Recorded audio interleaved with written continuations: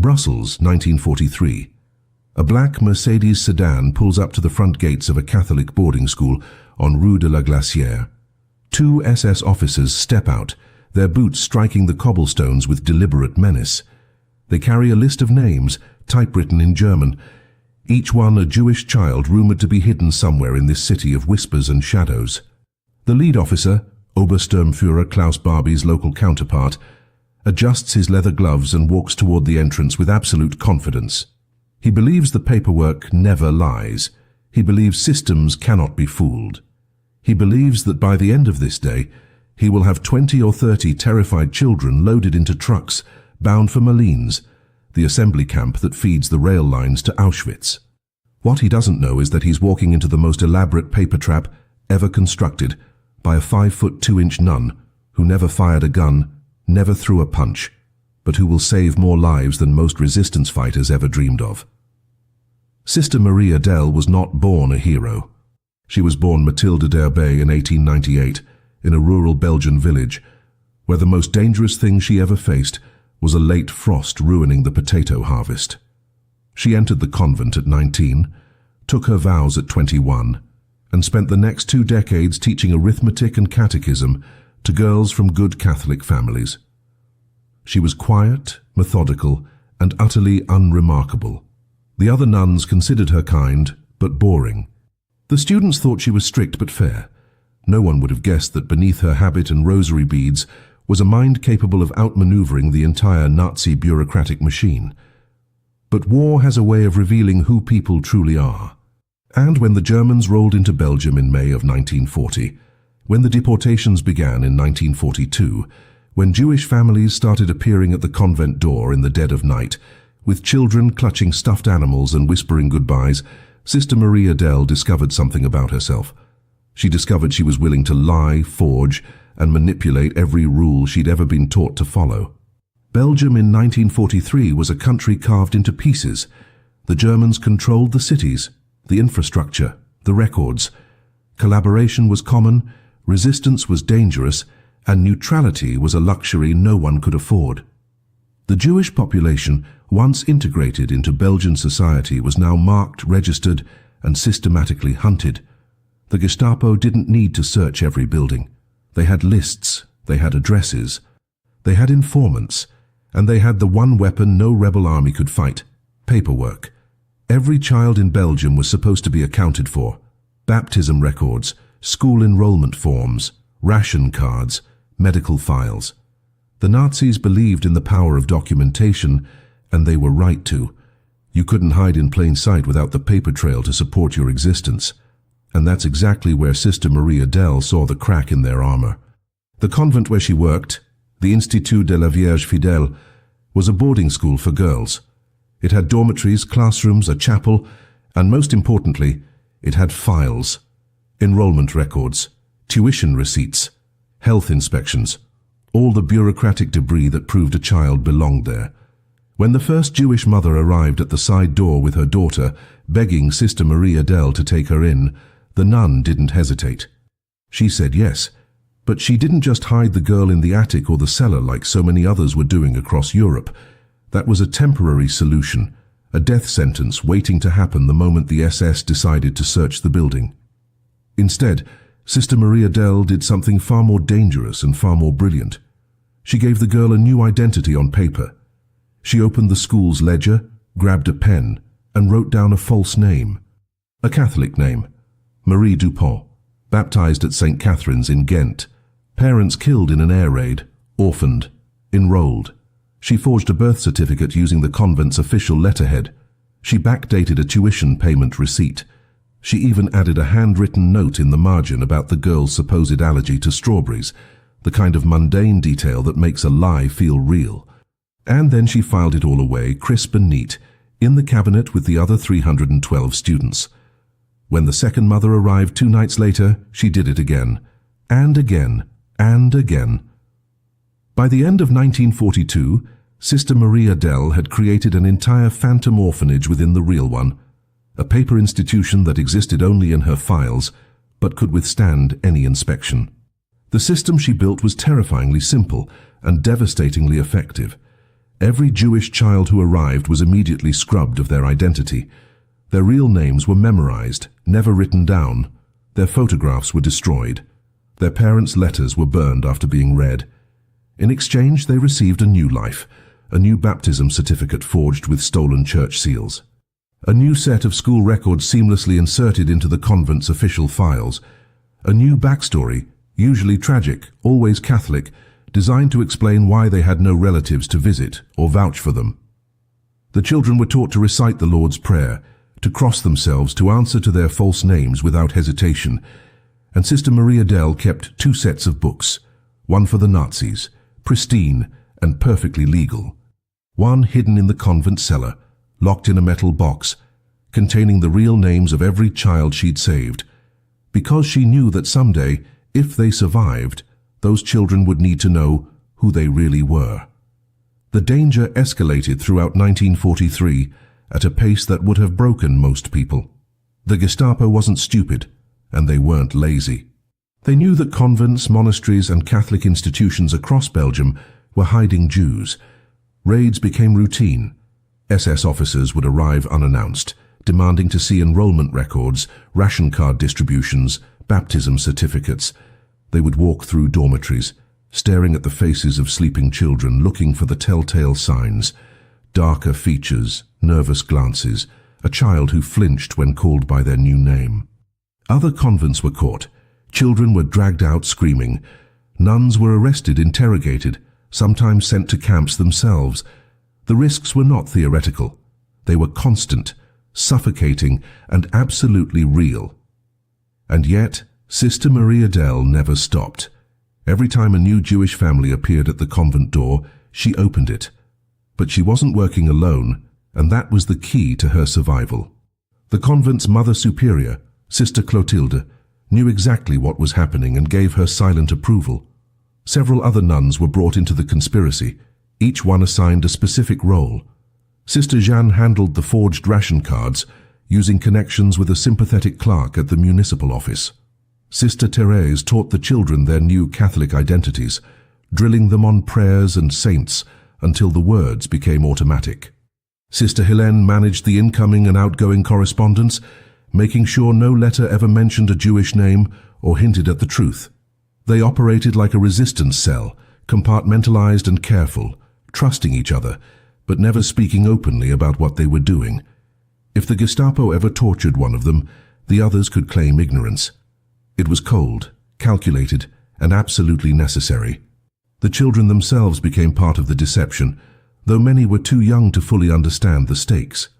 They ranged in age from 4 to 14, and each one carried the weight of a secret that could kill them. The older girls understood. They knew that if they slipped, if they called out their real name in their sleep or forgot to cross themselves before meals, everyone in the convent could die. The younger ones were told it was a game, a very serious game where they had to pretend to be someone else until the war ended. Some adapted quickly, losing themselves in their new identities with the frightening ease of childhood. Others struggled, crying at night for parents they would never see again, whispering their real names into pillows like prayers. Sister Marie Adele would sit with them, holding their hands, promising them that their names were safe, that she had written them down, that they would not be forgotten. The paperwork itself became a kind of obsession for Sister Marie Adele. She studied German administrative procedures, memorizing the fonts, the stamps, the bureaucratic language that made documents official. She cultivated relationships with sympathetic officials in the local government, people who could provide blank birth certificates or look the other way when records didn't quite match. She learned to forge signatures so perfectly that even experts couldn't tell the difference. Her handwriting became a weapon, each stroke of the pen a small act of resistance. She created entire family trees for children who had none, inventing dead parents, fictitious godparents, and tragic backstories that explained away every inconsistency. The phantom orphanage grew larger and more elaborate with each passing month, a cathedral of lies built to house the truth. By the summer of 1943, Sister Marie Adele had over 200 Jewish children hidden in plain sight at the Institut de la Vierge Fidèle. 200 lives balanced on the edge of a pen stroke, protected by nothing more than paper, ink, and the desperate hope that the Nazis would never look closely enough to see through the illusion. And then the SS came knocking. That black Mercedes on Rue de la Glacière wasn't a coincidence. Someone had talked. Someone had given them names. And Obersturmführer Schneider, the man stepping out of that car, had a reputation for never leaving empty-handed. Sister Marie Adele was in the convent's administrative office when she heard the car pull up. She recognized the sound immediately, that low mechanical growl that German vehicles made, different from the sputtering civilian cars that still limped through Brussels on rationed fuel. She moved to the window and saw them, 2 SS officers, crisp uniforms, sidearms holstered but visible. Her heart didn't race. It couldn't. She had trained herself over the past year to control every physical response, every flicker of fear that could give her away. She smoothed her habit, checked that her veil was straight, and walked calmly to the front entrance. By the time the officers reached the door, she was already there, opening it before they could knock, her face a mask of serene Catholic hospitality. "Good morning, gentlemen. How may the Institut de la Vierge Fidèle serve you today?"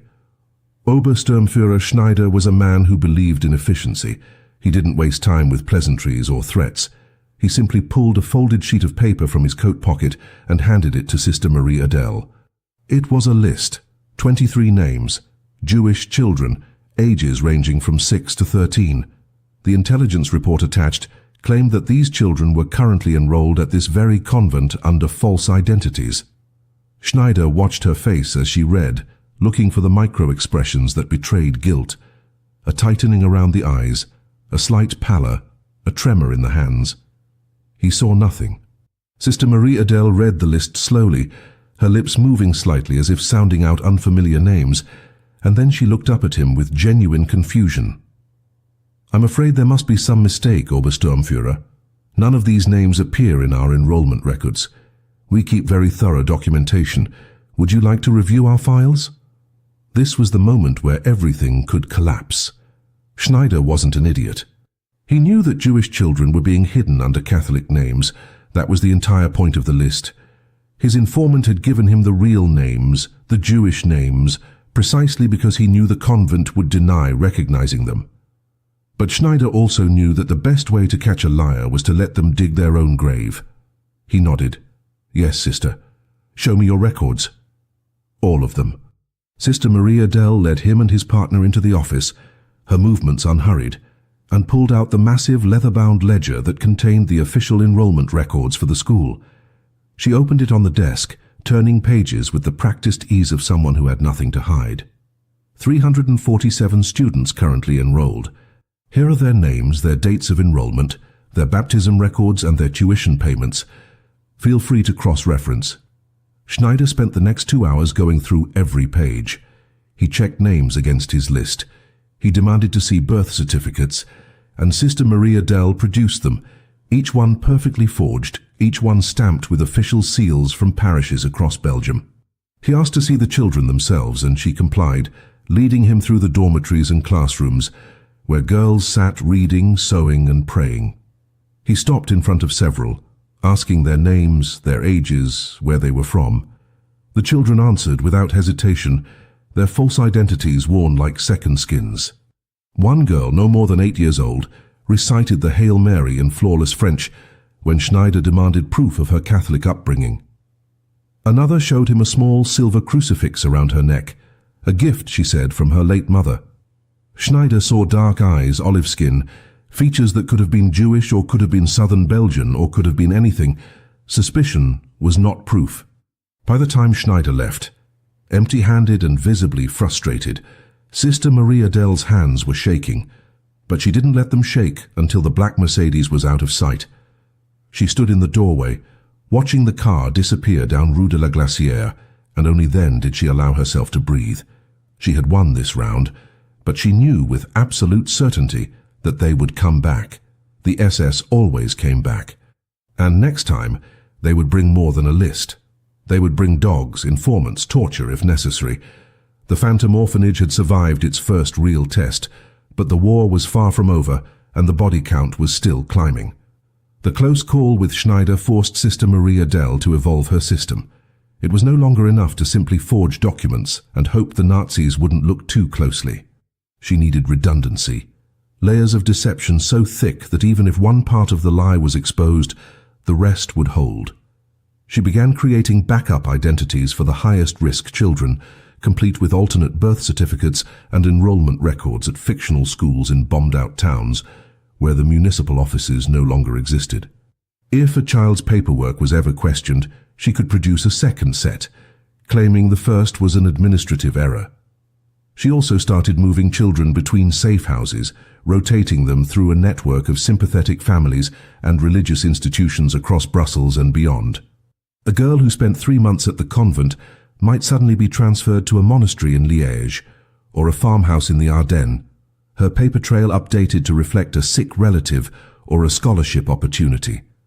The phantom orphanage was no longer just one building. It was a web, sprawling and invisible, that stretched across occupied Belgium. But the psychological toll on Sister Maria Dell was staggering. She slept 3 or 4 hours a night, waking in cold sweats from nightmares where SS officers tore through her files and found the metal box in the cellar. She lost weight, her habit hanging looser on her frame with each passing month. The other nuns noticed but said nothing. What could they say? Stop saving children. The guilt was just as crushing as the fear. For every child she saved, there were dozens she had to turn away because there simply wasn't room, or because the risk was too great. Mothers would arrive at the convent door, begging, pleading, offering money they didn't have, and Sister Maria Dell would have to say no. She would have to close the door and listen to them walk away, knowing that those children would likely be dead within weeks. The math was brutal and inescapable. She could save some, but not all. And every no felt like a betrayal of everything she believed in. The children, meanwhile, were adapting to their double lives in ways that were both inspiring and heartbreaking. The older girls became fiercely protective of the younger ones, teaching them the prayers, correcting their mistakes before the nuns could notice, creating a silent support system that operated entirely outside adult supervision.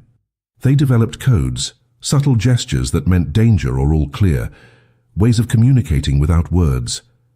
Some of them thrived in their new identities, embracing Catholicism with a fervor that seemed almost genuine. Others retreated inward, becoming quiet and watchful, their real selves buried so deep that even Sister Maria Dell worried they might never resurface. There were moments of normalcy, brief flashes where the war felt distant and the convent felt safe, a girl laughing during a lesson, a group singing hymns in the chapel. But those moments were fragile, always one knock on the door away from shattering. The resistance networks that Sister Maria Dell had quietly connected with became more active as 1943 wore on. She wasn't a fighter, didn't carry weapons or sabotage rail lines, but she was recognized as valuable. Her forgery skills were unmatched, and resistance operatives began bringing her requests, false identity papers for downed Allied pilots, travel permits for Jews trying to escape to Switzerland, even discharge papers for Belgian men trying to avoid forced labor in German factories. She said yes to all of it, working late into the night by candlelight, her fingers cramping from the repetitive strokes of the pen. Each document she created was a tiny act of defiance, a paper bullet fired at the Nazi machine. But it also meant more risk, more exposure, more chances for something to go wrong. And then, in October of 1943, something did go wrong. One of the children, a 10-year-old girl named Rachel who had been living as Marie Colombe for nearly a year, was recognized by a former neighbor while walking through the market with Sister Jeanne. The neighbor, a Belgian collaborator looking to curry favor with the Germans, followed them back to the convent and reported what he'd seen. Within days, the Gestapo had opened a full investigation into the Institut de la Vierge Fidèle. This time, they weren't sending 2 officers with a list. They were sending an entire team with orders to tear the place apart until they found what they were looking for. Sister Maria Dell learned about the investigation through a terrified telephone call from Father Dubois, a priest who worked in the municipal records office and had been feeding her blank certificates for months. The Gestapo had been asking questions, cross-referencing baptism records from multiple parishes, looking for patterns and inconsistencies. They knew something was wrong. They just didn't know what yet. Father Dubois estimated she had maybe 48 hours before they came with a full search warrant, and the kind of manpower that would make Schneider's visit look like a courtesy call. 48 hours to hide 183 Jewish children who were living under false names in a building that was about to be turned inside out. Most people would have panicked. Most people would have started burning documents and scattering children into the night, creating chaos that would guarantee discovery.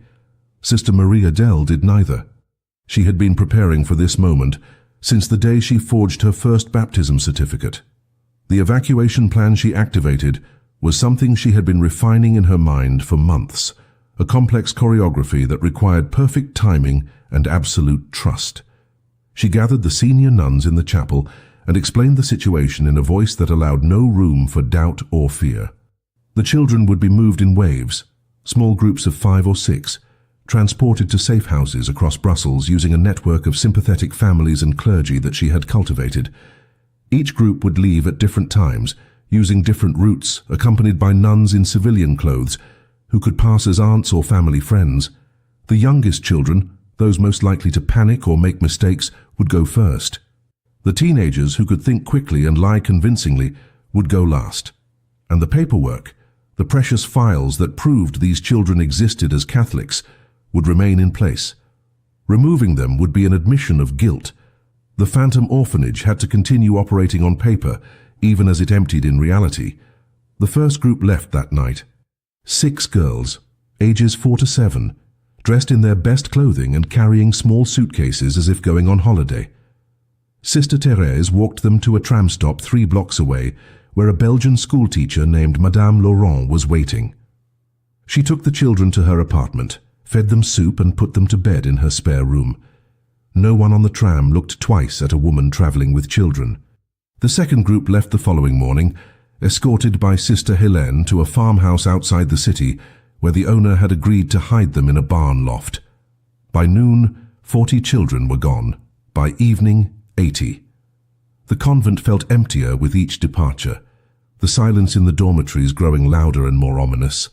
Sister Marie Adele moved through the building like a ghost, checking and rechecking her lists, making sure every child had been accounted for, every destination confirmed. She barely ate, barely slept, running on adrenaline and prayer. But the logistics of moving 183 children without attracting attention was staggering. Some of the safe houses backed out at the last minute, too terrified to take the risk. Sister Marie Adele had to scramble, finding alternate locations, sometimes keeping children hidden in the convent's cellar for an extra night while she made new arrangements.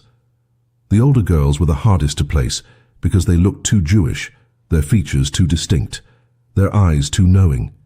She sent them to convents in remote villages where strangers were rare and questions were fewer.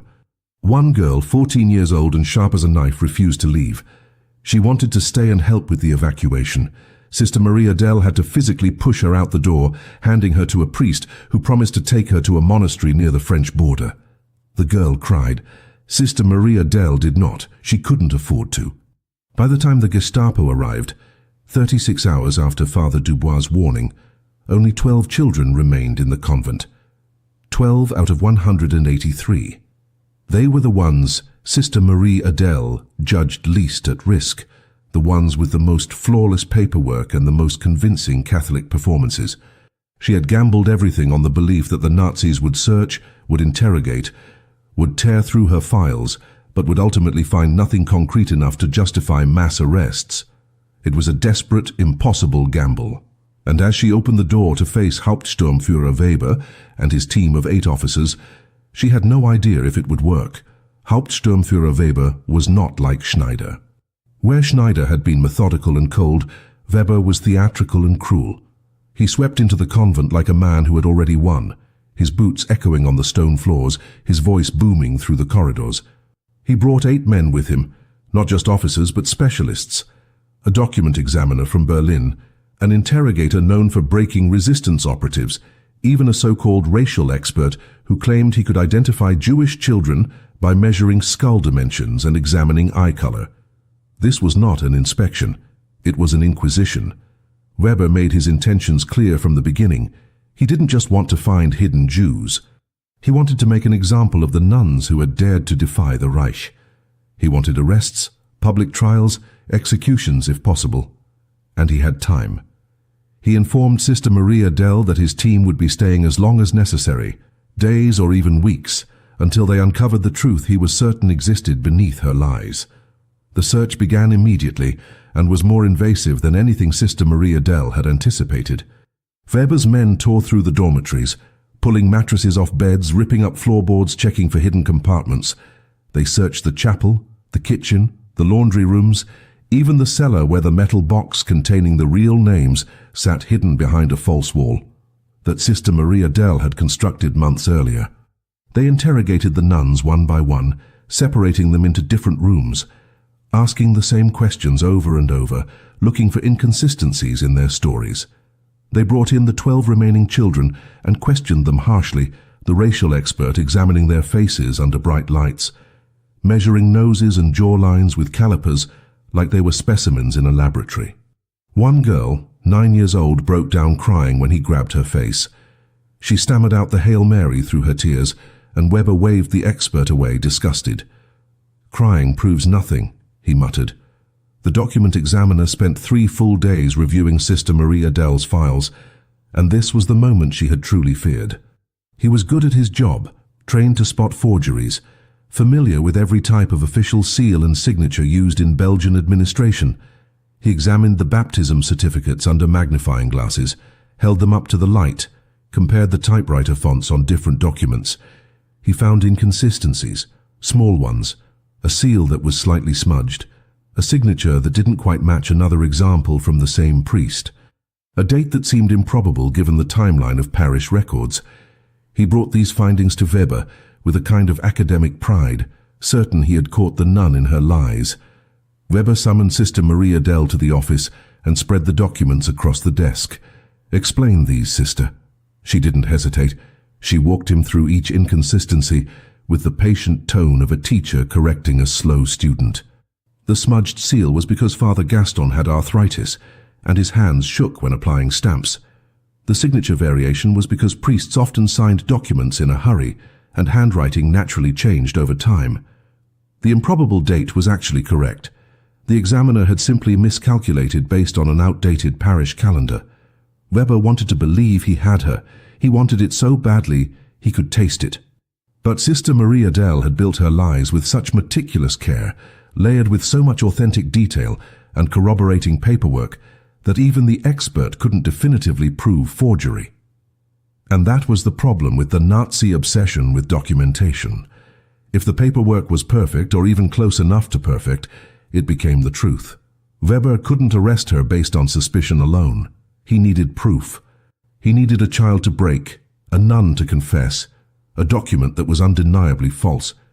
And he wasn't getting any of those things. The nuns held firm under interrogation, their stories matching perfectly because they were telling the same carefully rehearsed version of events. The children performed their Catholic identities flawlessly, reciting prayers and catechism with the automaticity of true believers. And the documents, despite the minor inconsistencies, were fundamentally sound. On the 4th day, Weber made his final play. He arrested Sister Maria Dell and 3 other nuns, charging them with conspiracy to harbor enemies of the Reich, based on the testimony of the collaborator who had recognized Rachel in the market. He transported them to Gestapo headquarters on Avenue Louise, threw them into cells, and began the kind of interrogation that involved more than just questions. Sister Marie Adele was beaten, deprived of sleep, threatened with execution. They showed her photographs of other nuns who had been caught hiding Jews, women who had been sent to Ravensbrück and never returned. They promised her that if she confessed, if she gave them the names and locations of the children she had moved, they would show mercy. She said nothing. For 3 days she endured, and she said absolutely nothing. What Weber and his interrogators didn't understand was that Sister Maria Dell had already made peace with death. She had made that decision the night she forged her first baptism certificate, the moment she opened the convent door to that first terrified Jewish mother. She had known then that this work would likely kill her, and she had accepted it as the price of doing what was right. The physical pain they inflicted was real, the exhaustion crushing, but none of it mattered, because they couldn't threaten her with something she had already surrendered. They could beat her until her ribs cracked. They could deprive her of sleep until she hallucinated. They could even execute her in a courtyard at dawn, but they couldn't make her betray the children. And so she sat in that cell, her body broken, but her mind clear, and she told them nothing. Not a single name, not a single location, nothing. The other nuns held just as firm, and this collective silence created a problem for Weber that he hadn't anticipated. Without a confession, without concrete evidence beyond the word of a single collaborator, his case was weak. The Belgian authorities, even those who cooperated with the Germans, were reluctant to execute Catholic nuns without ironclad proof. The Church still held enormous influence in Belgium, and public executions of clergy could spark riots or strengthen the resistance. Weber needed more.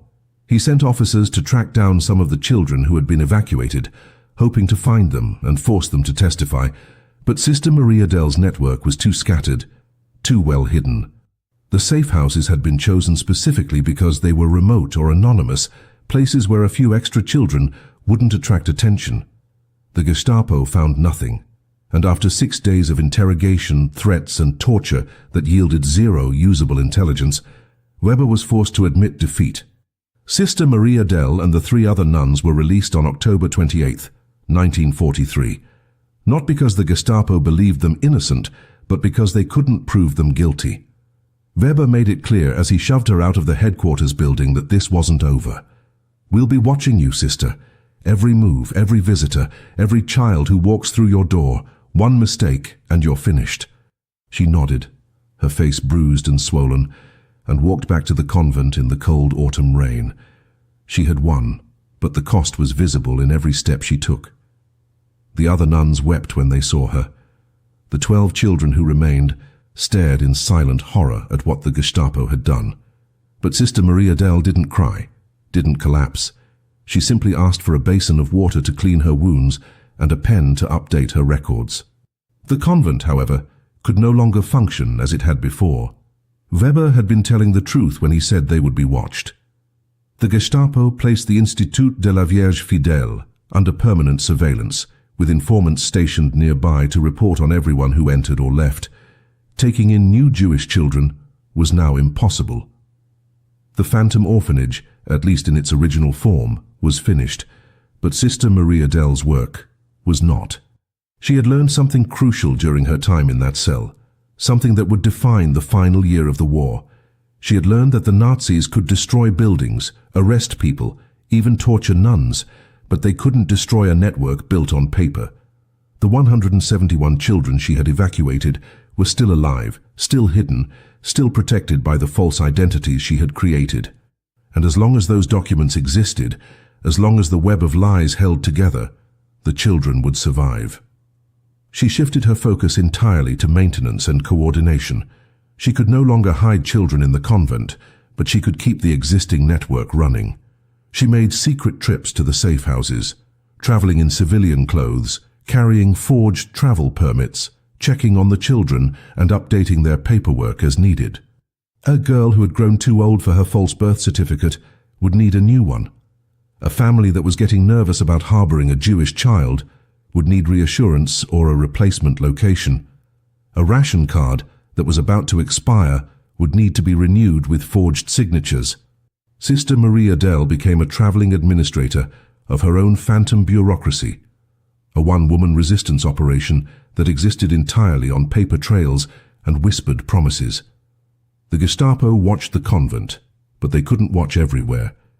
And so she slipped through the cracks again and again, keeping her impossible system alive. By the spring of 1944, the war had shifted in ways that gave desperate hope to occupied Europe, but also made the Nazis more vicious and unpredictable. The Allies were advancing in Italy. The Soviets were pushing from the east. Everyone knew an invasion of France was coming, though no one knew when.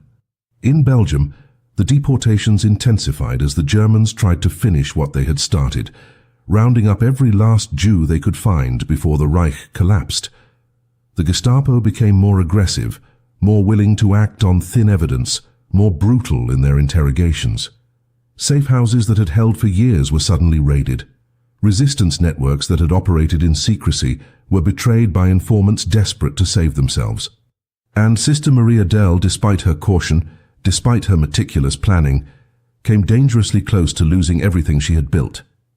The crisis came in June, just days before the D-Day landings that no one in Belgium knew were about to happen. One of the families hiding a Jewish girl, a baker and his wife in Antwerp, were arrested on unrelated black market charges. Under interrogation, terrified and looking for leniency, the baker mentioned that they had been harboring a child for a Catholic nun from Brussels. He didn't know Sister Maria Dell's name, didn't even know which convent she was from, but he described her well enough that the Gestapo made the connection. They came for her again, this time not to the convent but to a farmhouse outside Leuven, where she was updating paperwork for 3 hidden children.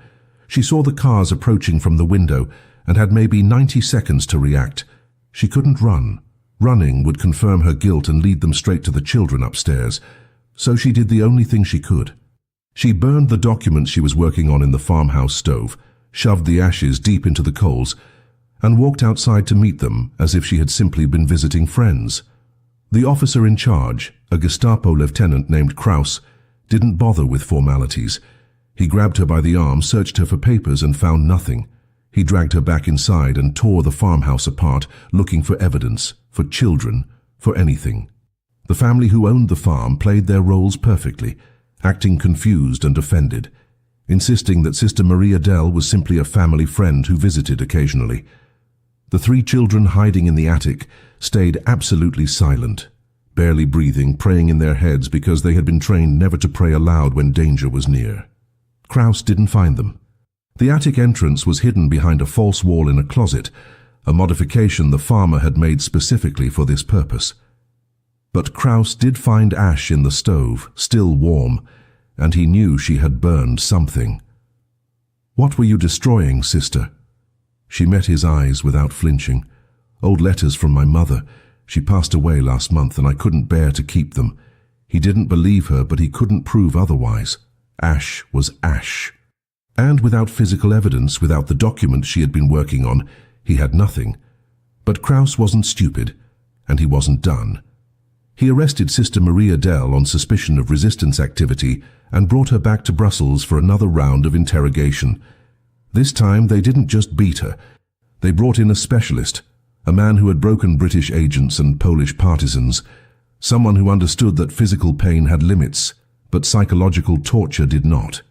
They showed her photographs, not of herself, not of other nuns, but of children. Jewish children who had been caught, arrested, sent to Malines and then to Auschwitz.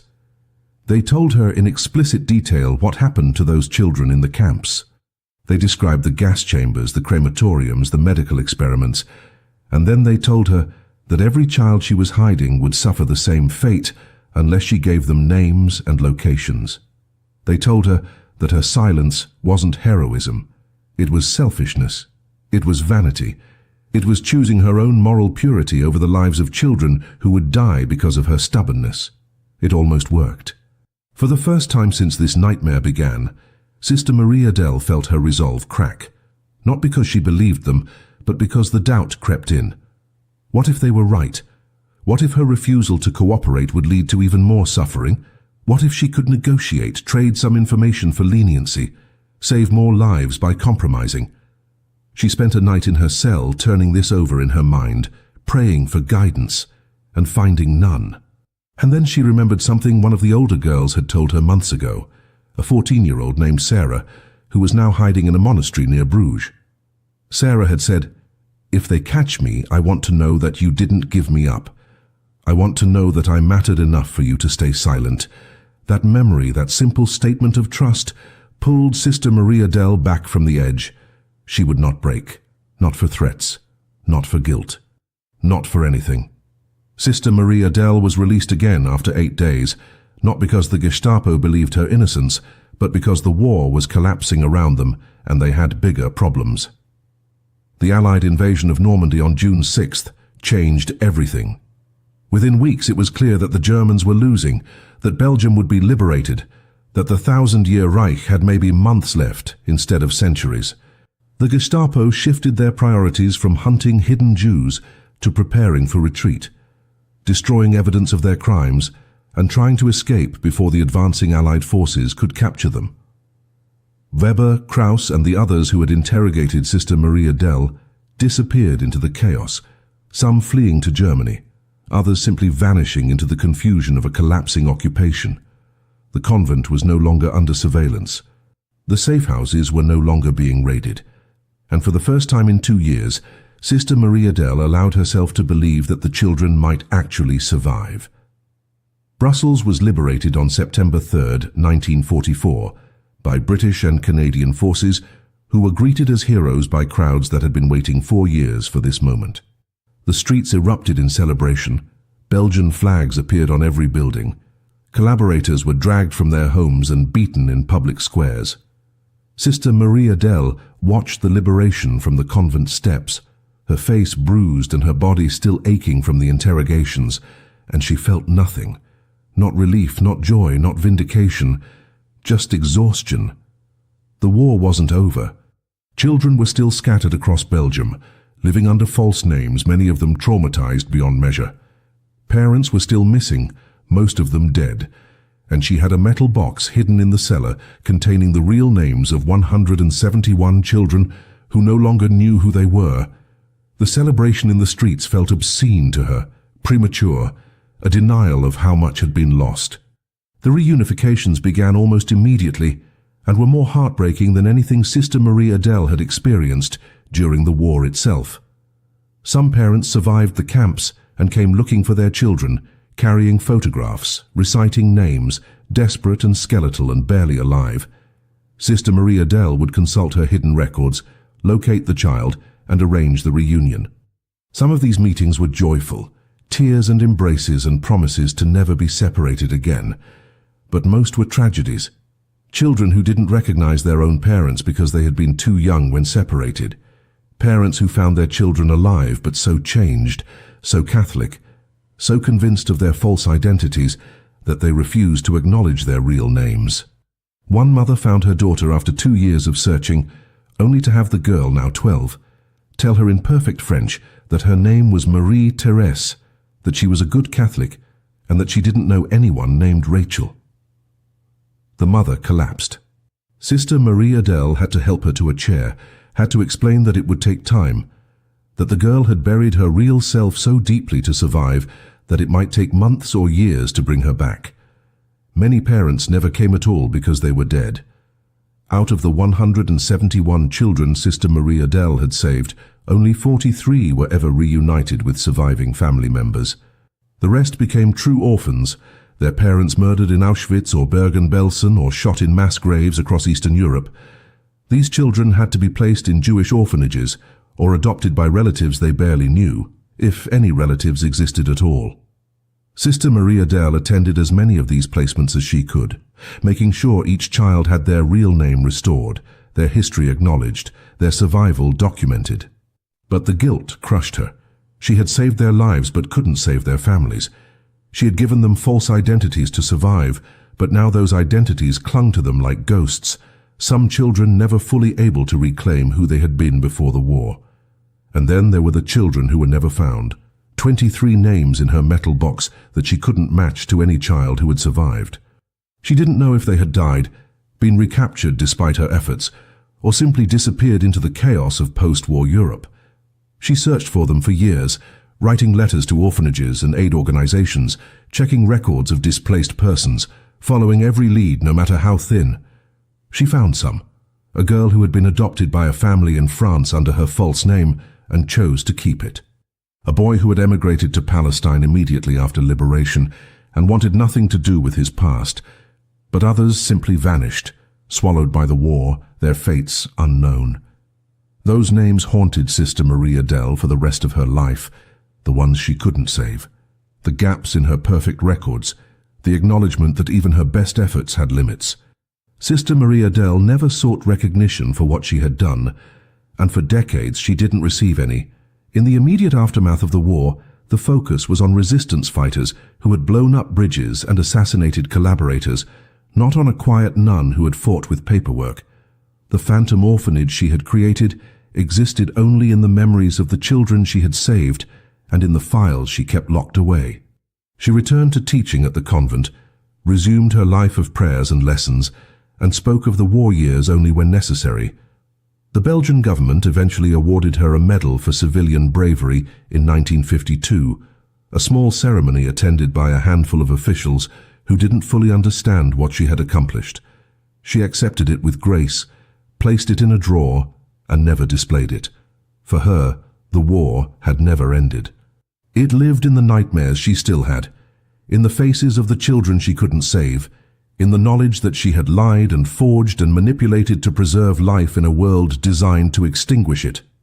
The children themselves began to tell her story only decades later, when they were adults with families of their own, when the weight of survival had softened enough that they could speak about it. One by one, they came forward with testimonies about the nun who had given them false names and kept their real ones safe in a metal box. They described how she had drilled them on Catholic prayers, how she had held their hands during Gestapo raids, how she had promised them they wouldn't be forgotten. In 1985, Yad Vashem, Israel's Holocaust Memorial Authority, recognized Sister Maria Dell as righteous among the nations, the highest honor given to non-Jews who saved Jewish lives during the Holocaust.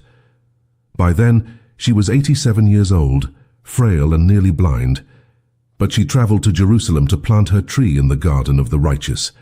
She stood there, surrounded by survivors who owed her their lives, and she wept for the first time since the war, not tears of pride but of grief, for all the ones who hadn't made it, for the parents who died in camps, for the childhoods that were stolen and could never be returned. Sister Maria Dell passed away in 1991 at the age of 93, in the same convent where she had forged her first baptism certificate 50 years earlier.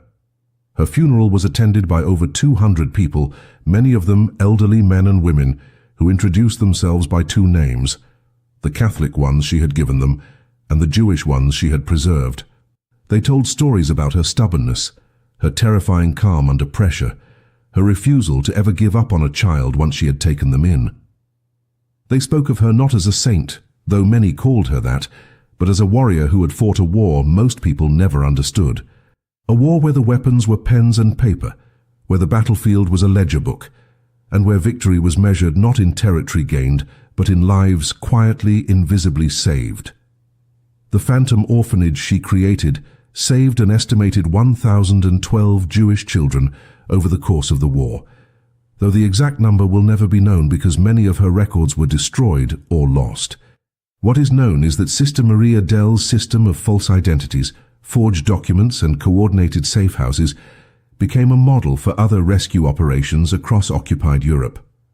Her techniques were copied by other convents, monasteries and resistance cells spreading across Belgium, France and the Netherlands. She proved that you didn't need guns or explosives to fight fascism.